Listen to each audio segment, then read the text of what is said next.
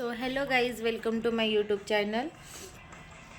तर सकाळपासून आहे ना रीलला आहे ना खूप तो मंकीचा व्हिडिओ येत होता आणि मी जस्ट तो मंकीचा व्हिडिओ बघत होते.